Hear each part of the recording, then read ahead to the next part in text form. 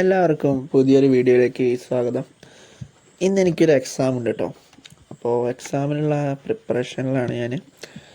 എക്സാമിന് വേണ്ട ഹാൾ ടിക്കറ്റും വെള്ളം കുപ്പിയും പേനയും ഉച്ചയ്ക്ക് കഴിക്കാനുള്ള ചോറും എല്ലാം ഞാൻ എടുത്ത് റെഡിയാക്കി വെച്ചിട്ടുണ്ട്.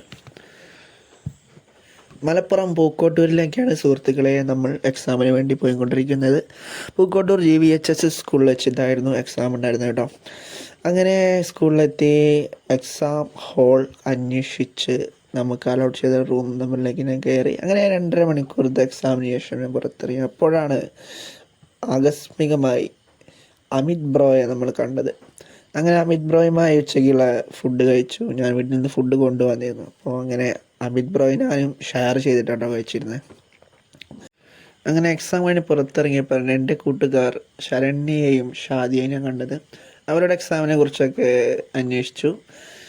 ശേഷം എക്സാം കഴിഞ്ഞ് ഞാൻ വീട്ടിൽ പോകാൻ ഒരുങ്ങുകയാണ് സുഹൃത്തുക്കളെ.